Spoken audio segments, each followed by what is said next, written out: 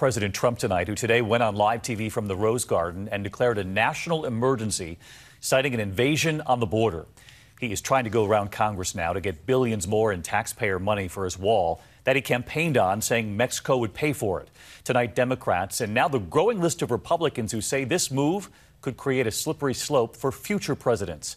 Our chief White House correspondent, Jonathan Karl, right there in the Rose Garden, asking the president about the Republicans who don't want this.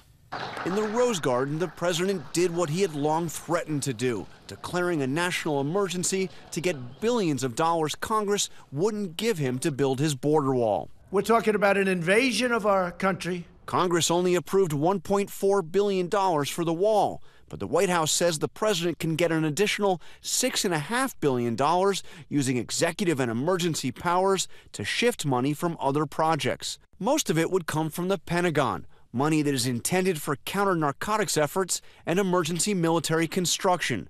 The president insists military leaders are on board. They think this is far more important than what they were going to use it for. I said, what were you going to use it for? And I won't go into details, but didn't sound too important to me. Speaker of the House Nancy Pelosi called the emergency declaration a power grab, and at least 10 Republican senators criticized the move.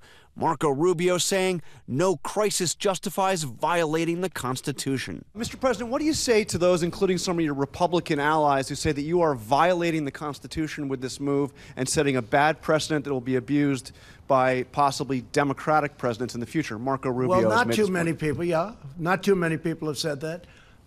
But the courts will determine that. The president made it clear he fully expects to be sued. We will have a national emergency, and we will then be sued, and they will sue us in the Ninth Circuit, even though it shouldn't be there, and we will possibly get a bad ruling, and then we'll get another bad ruling, and then we'll end up in the Supreme Court, and hopefully we'll get a fair shake. In court, the administration will have to prove there is a real emergency, something the president seemed to undermine with his own words. I could do the wall over a longer period of time. I didn't need to do this, but I'd rather do it much faster.